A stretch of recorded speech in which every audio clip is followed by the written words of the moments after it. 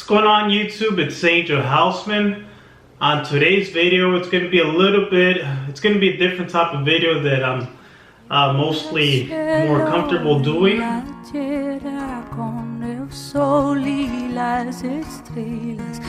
going to be a very personal video.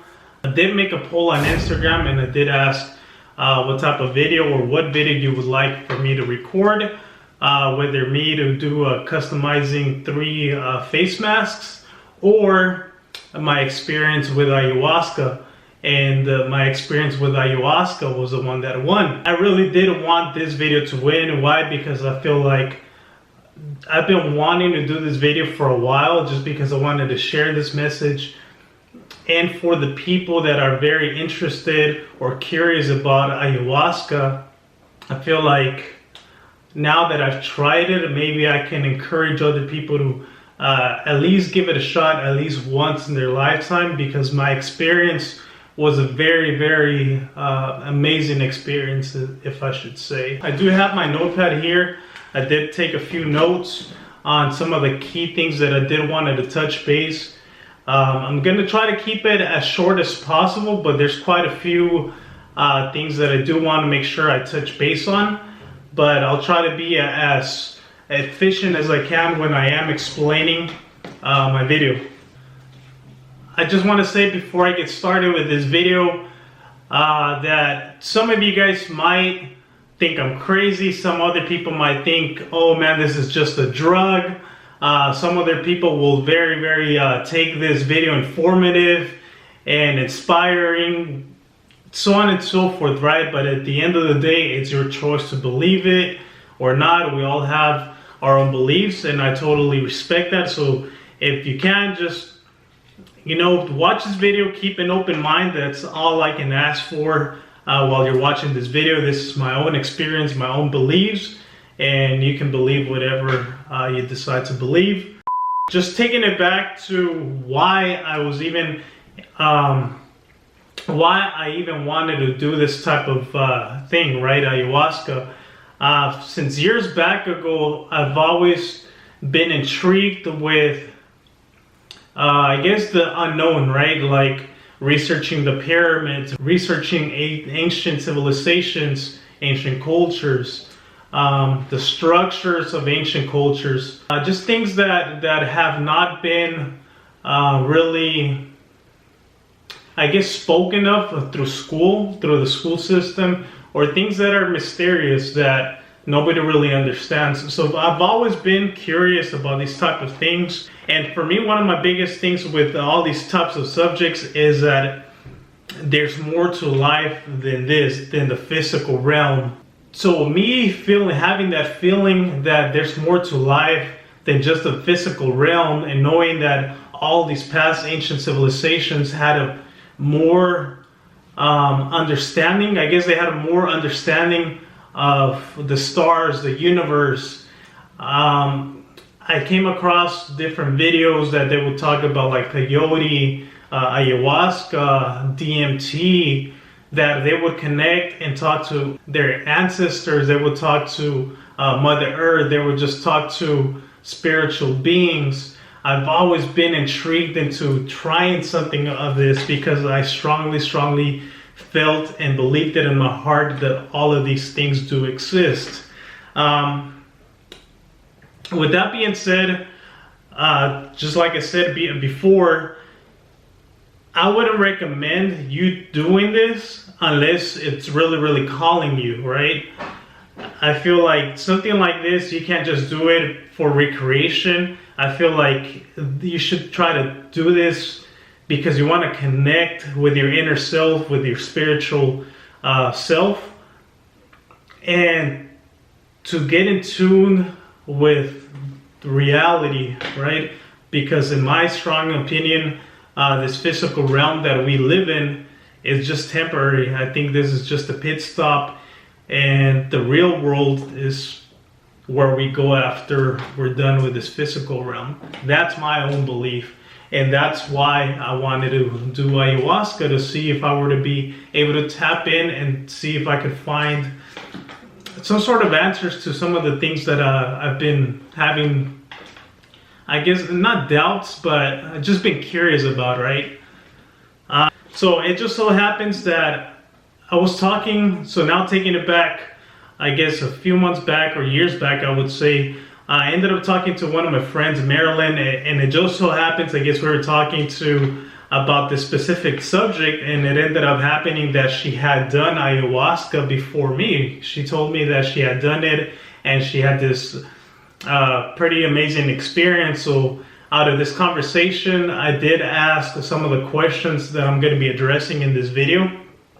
And to tell you the truth, one of my biggest worries before trying out ayahuasca was, since I've never really done drugs, I drink alcohol very minimal, right?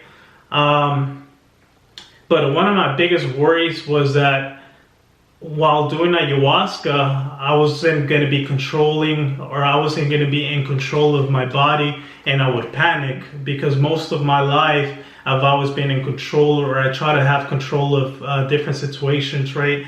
And I just didn't want to have, like, I guess, a bad trip or a bad experience that while I'm doing ayahuasca or while I'm in this trance or whatnot, that I just started panicking and just wanted to snap out of it and I wouldn't be able to. That was one of my worries that I had asked her, and she said she never felt this way. So she gave me her own experience and kind of brought some sort of relief to me, that I'm like, you know what, she's done it before and she's willing to do it again. So I was really, really pumped into trying it. And I think finally, I might throw in some dates here, but don't quote me. I might put the actual date here or whatnot. But I think it was like around December that we were talking that we were actually going to do ayahuasca. And I told her, you know what, sign me up. And part of me wanted me to kind of like cancel the appointment that we already had. But at the same time, I was like super anxious and excited to actually try out ayahuasca. So we finally did it, and I'm not gonna give the whole information where this location is at, just because I don't know the legal terms, whether it's illegal or whatnot. That's a whole nother video, whatever. But the location where we were at, the location that we were going to was actually in Santee. So we were going to go to Santee, and it was going to be at the shaman's house, right? A shaman is pretty much the leader, the person that leads the ceremony, and he pretty much produces the tea, mixes the plants together, and creates this ayahuasca tea. I'll try to leave some links here in this video, some helpful links. That way, you guys, if you guys want to research exactly more what ayahuasca is, I think there was one or two videos that I really liked that gave a pretty good explanation of what ayahuasca is and where it comes from, so on and so forth. I'm not going to go into that much in depth in this video. I'm just giving you my experience. But if you want to learn a little bit more of what ayahuasca is, I'll make sure I have that link below so you guys can look that up if you guys are interested in it.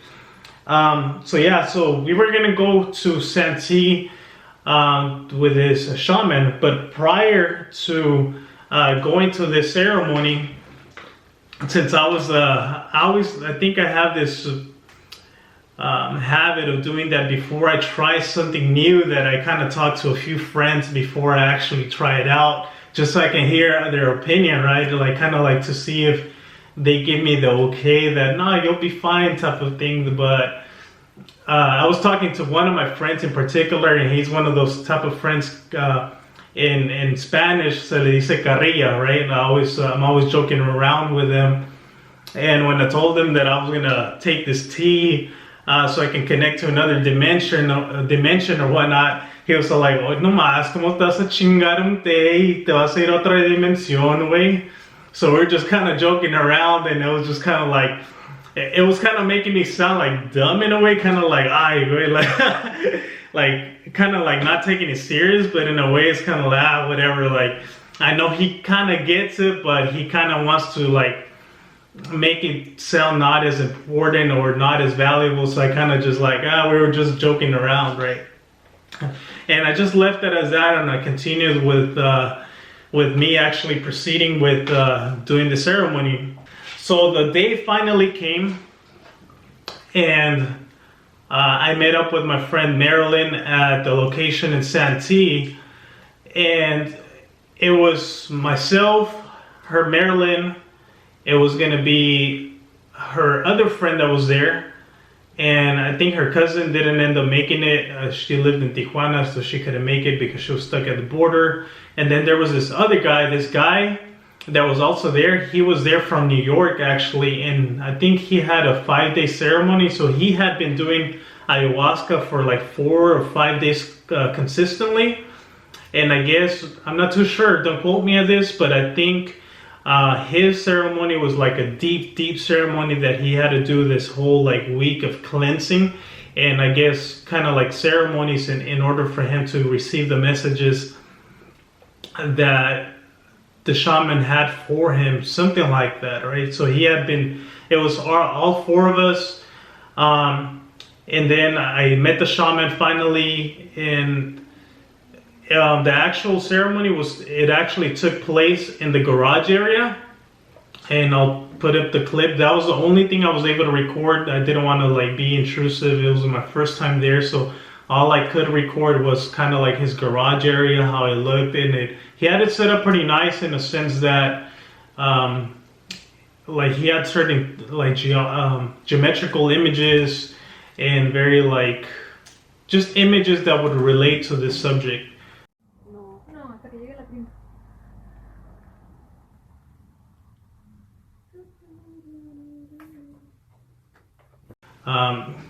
And inside of this garage, he had 4 different beds, 5, but since that other person didn't show up, so we removed one, and it was only 4 beds with blanket and a pillow for all of us. So I guess I didn't know how it was going to happen, but I guess looking at the beds, I figured we would be laying down.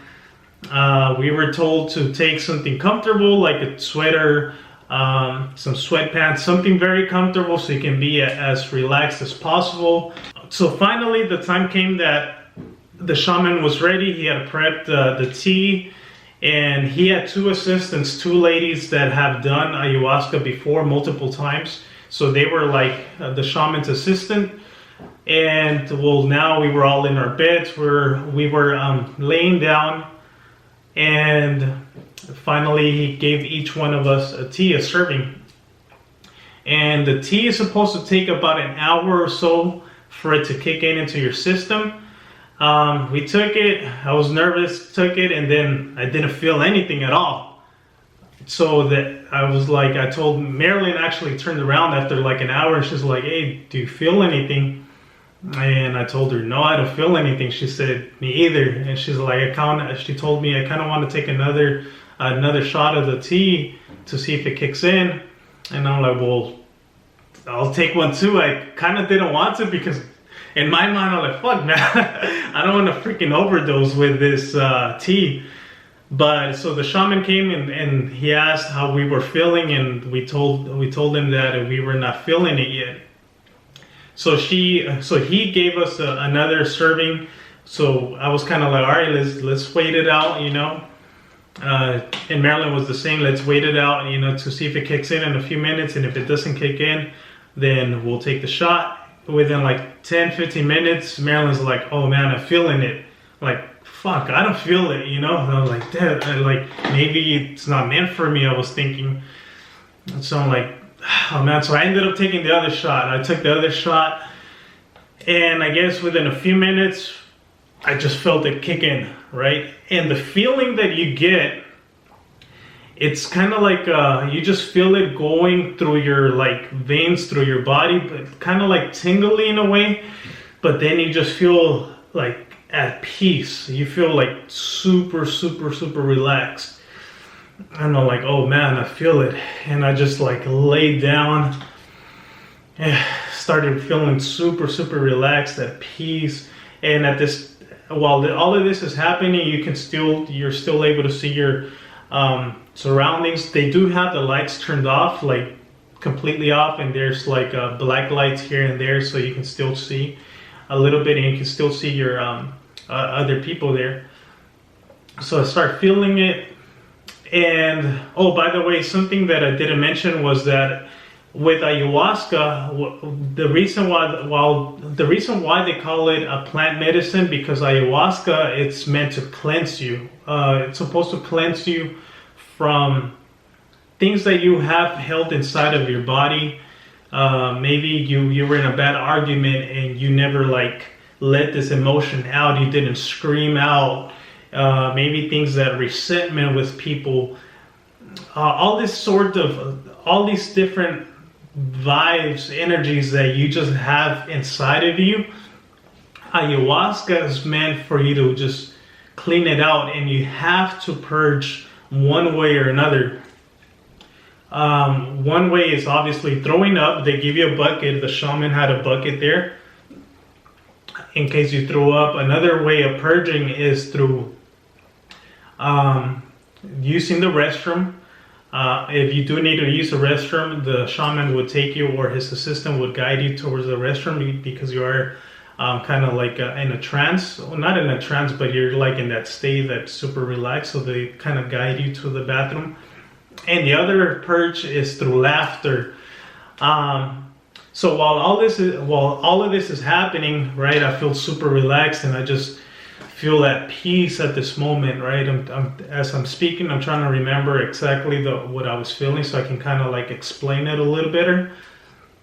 So while this is happening, I'm just kind of like relaxed, and out of nowhere, I start thinking of my conversation with my friend, my coworker, when we were joking around about freaking ayahuasca, and I remember that conversation when he's like, ¿Cómo te vas a chingar un té, güey? Conectándote con otra dimensión. So I was just starting laughing like Stasian way, and I was just kind of like laughing, but laughing, and I just couldn't stop laughing. So I was purging in that way with a bunch of laughter, and I remember that other people were noticing that I was laughing, but I guess that made me even want to laugh even more. And the guy next to me, the guy from New York, he was like throwing up like crazy. He was throwing up, but for me, it wasn't scary. It was just kind of like, he's doing his thing, I'm over here laughing. And Marilyn and her friend, they're more like at an easy state. I don't remember any of them throwing up, actually. But yeah, all of this is going on, and I'm laughing and all that, and he's throwing up. Marilyn, everybody's doing their thing, but at this point, I'm still feeling super, super relaxed. And then finally, I feel like this is the moment that it really, really kicked in, I guess. But one of my first experiences that, man, for me, it was like, wow, like this is a beginning stage, right? That in my first kind of like, I guess kind of like amazement with this was that I remember it kind of felt like if I was traveling through space, right? Just like black, pitch black. So as I'm traveling through this pitch black space, I feel like I finally landed where I was supposed to arrive to. And I remember seeing lights, and I remember as I'm traveling through there and I finally landed there, I was like, I'm home. I remember I'm like, I'm home. And I just started crying. I just remember crying. I'm like, I'm home. I'm fucking home, you know? And I'm trying to remember this, so if I get emotional right now, like, don't judge me, but I was like, I'm home. And I was just like crying. I'm like, I knew there was more to life than this, right? And I remember this kind of like, I saw lights going back and forth. And I think, from what I remember, I think they told me, hey, we were waiting for you. And I finally got there, and when they welcomed me, it's like if I was a light, you know, playing with these lights. It was kind of like a playground of lights, just me playing with this other light, going back and forth, and it was just so peaceful, and I was like, I really felt at home. I've never felt like that before, and it was just amazing. And as I'm like, we were there just playing around, and all of a sudden, oh, by the way, the shaman, while all of this is happening, the shaman has different music going on, like drum beats or whatever the case is. So I guess depending on what music he's playing in the background, you travel through different locations. And then from going there, I remember going to another space. That was all pitch black. Then from there, we traveled to another place, at least I did. And I remember seeing a bunch of colors. And this is something that a lot of people, through their experiences, they see this, which is a bunch of lights. And for me, it was like, I remember seeing this it kind of looked like a pineapple. It was kind of like a pineapple with a bunch of lights, but it had those Aztec kind of squares that go like into like a maze almost. I'll post something up right now to see to better describe it. But it was kind of like a pineapple with a bunch of different designs, Aztec designs, that was spinning. Like, let's say the bottom portion of the pineapple was spinning this way, and then the next layer was spinning the opposite way. So it was just going around, but designs of Aztecs just going around. And as I'm seeing this, it clicked in my head. It's like, I don't know if it clicked in my head or it was kind of like a message to me that it told me, or I thought about, like, wow, you know what, the Aztecs, Mayas, all these ancient civilizations, they didn't discover this. They didn't make all those designs that you see in the pyramids in their towns of back in the days. The thing is that they tapped into ayahuasca, into this dimension, and they discovered all of these geometric figures. They didn't discover all of this. Is that they didn't make all of this. The thing is that they tapped into this dimension, and this is where they were getting all their information and their knowledge. And that clicked in me. I was like, wow, this is where they get all their freaking knowledge from.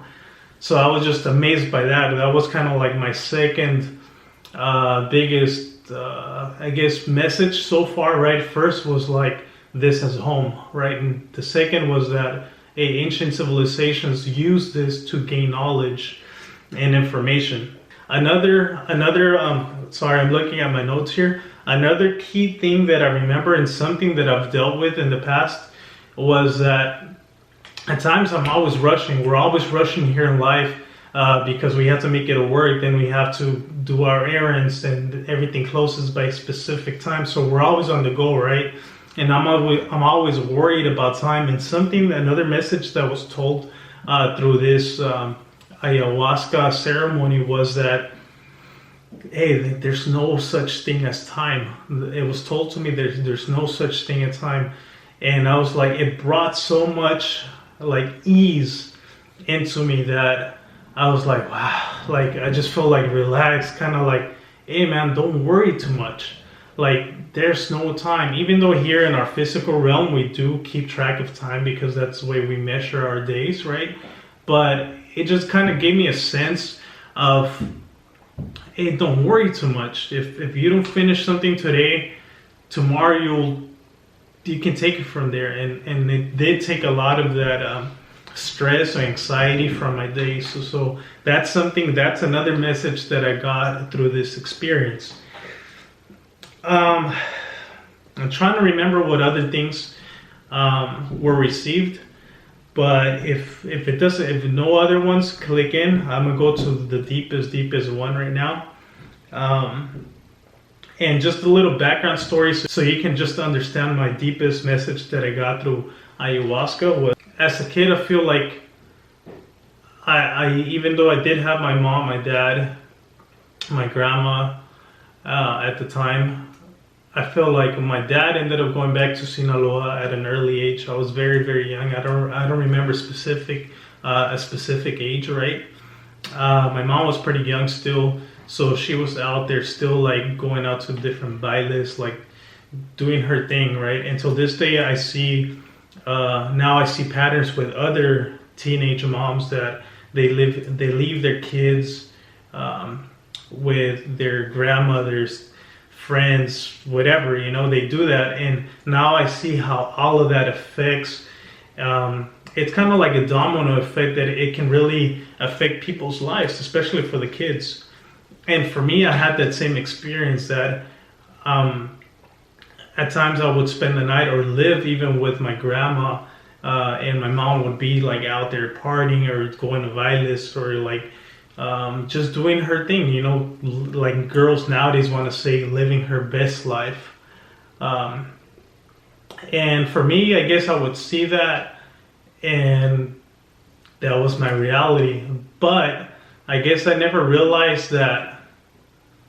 I guess at times now as a grown up, at times I would feel like now it's very, not that I'm cold hearted, but it's really hard for me to be affectionate towards my mom, towards like my dad, because I never had that affection of like kind of like a motherly affection, or somebody older to me to hug me and just to tell me like, oh, like I'm here to protect you, right? I kind of had to like grow up on my own, that like I had to like take bits and pieces from my older friends, from people from the neighborhood, and I would have to look at people's actions and be like, no, I don't like that. I shouldn't do that. If I want to go to this path, maybe I shouldn't get involved with these people.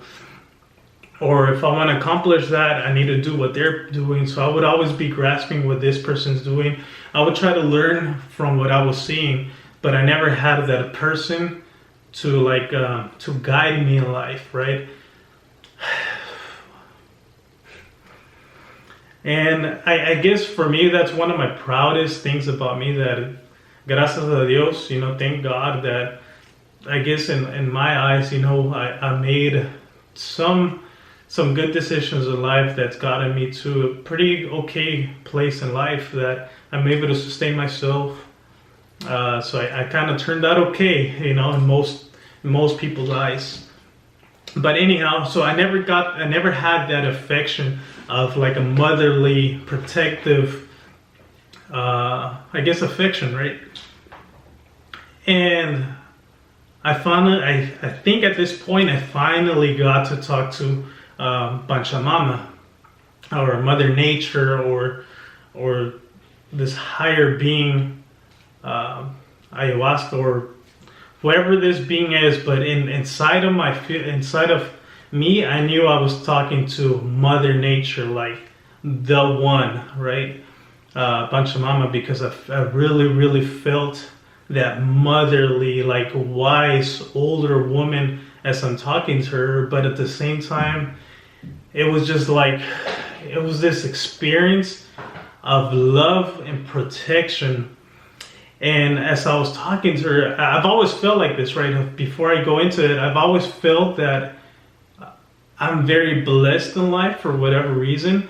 And I've always felt that I'm being protected for whatever reason, right? I've always felt protected because I've been around bad situations, people like in gangs, violence or whatnot. But for some reason, I was never kind of like attracted there, like, or went that direction. And for some reason, I always felt protected. And when I was with talking to Mother Ayahuasca, or Pachamama, I would say that I was telling her, hey, I'm one of your, soy tu consentido, huh? Like I'm one of your favorites. I would say in English it would translate to one of your favorites. Soy tu consentido, I would say. And I think she said, "Sí, eres mi chiqueado." Like, yes, you're my spoiled one. I would say, like, I guess that's the best translation. And she told me, like, "Sí, eres mi chiqueado," and I would feel like just caressing me. Like I would feel like she was caressing me, kind of like holding me. And I don't know if it was music, because they did have music in the background, but I just felt, I don't know if it was one of the shaman's helpers, but I really felt like the music, the song was being like sang to me by Mother Ayahuasca, and it was so freaking loving. And the biggest message is here. That when she was telling me that that I'm one of her favorites, I'm her like spoiled one, that she takes care of me and all that. She did tell me, this is what she told me. She told me that I was given to my mom because she needs me. She needs more of me than I need more of her. And I feel like it all made sense to me. Maybe to better understand, I feel like I've always been more mature than my mom at times. I've always felt like I've been the adult in a lot of the situations, and instead of her taking care of me, it's been the roles were flipped since years ago that I've taken care of her. So she told Mother Ayahuasca told me that your mother was given to you, or you were given to your mother because she needs you more than you need her. But even though that's the case, I'm still your mother. This is Pachamama, Mother Ayahuasca. She said, I'm still your mother, even though your mom needs more of you and you're kind of taking care of your mom. I'm always going to take care of you. And when she told me that, I was just like, man, like, oh my God, like, it brought like so much like affection and kind of like comfort, because I was like, finally, like, I'm not alone in that sense, you know, and I'm taken care of, and I'm not alone in this journey. And that was probably like, I guess one of my biggest closures in life, that I've always felt that kind of like void, that I kind of like, man, I had to grow up on myself and my, like, I don't know, I just felt like I'm not alone no more, you know, like I have protection from like a motherly being, you know. Anyhow, that was my biggest message, and for me it meant the most, and brought a lot of peace into my life. Finally, this whole ceremony took, I think, about like 4 hours. I think we started like around 7, and this whole journey took about 7, 8, 9, 10, 11. I think we didn't finish till like 12:30 or something like that, and like 12:30 in the morning, I guess. And after the ceremony, like when everybody kind of like finished or whatever, it really felt like we went back into our bodies. And I just saw like, almost if I were to see like their light beam go back into their bodies, their physical bodies, just like everybody like getting back to this physical realm. And then everybody was like, whoa, that was a freaking journey. And then like they kind of like turned on the lights just a little bit, and everybody was just like, hey, how was your journey? Go, okay, cool. Like, you know, the shaman was asking, hey, you're good, and making sure everybody's fine. They brought snacks, they brought water, and everybody was just like wow, that was crazy. So yeah, and everybody kind of like had a chance to go over their journeys. I'm not going to go too deep inside of like what they went through, because I feel that's personal to them. But I know, for example, Marilyn, I've known her for years, and I know what she went through. I knew that a message was like, wow, that's crazy. Oh, because as we're talking about like our experience, the assistants, they were kind of like, I guess they were able to tap into our like journey also, and they were kind of like telling us what they saw for each one of us. And when they were telling her about Marilyn's journey, I was like, wow, that's crazy, because I know Marilyn, and I know that message would actually fit her exactly. So it was just crazy to see that, like, more validation. And for me, when they got to me, they told me, I don't know, Angel, like when I went to you, when I tapped into you, it was that I just saw nothing but love. They said I saw nothing but love, and it almost seemed like a playground. And I remembered when I first traveled through this black space, or the first stepping stone of the journey, it was kind of like a playground. I was just playing with other light beings. So I was like, wow, that's crazy that they were out, like they were able to see this. And yeah, finally, I think that was pretty much my whole experience. I might be skipping a few things, or I might have, hopefully I didn't miss too much of my journey. I did have some questions that people sent me through Instagram. And so one of the questions was, what was the most insightful message you got that it applied to your life now? And obviously it was the most insightful message was that of my mom. Another question that I have, where did you find the tea? It's not that I found it, but so the question is, where did you find this tea? Sounds like a must-have during this difficult time. And I think another reason why I wanted to do this video is because right now the world, like our current situation in life, with everybody supposedly being locked in because of this virus, this is a whole nother topic, right? But I just feel like we're being lied to in so many different ways that I feel like a lot of people should be doing this type of things at this time, so you can kind of wake up and see the true reality of the behind the scenes of what's actually going on. So to answer that question, it's not that I got the tea, but I went to a shaman to experience the ceremony.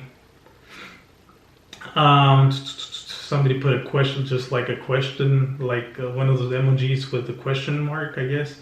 Somebody said, "You rock."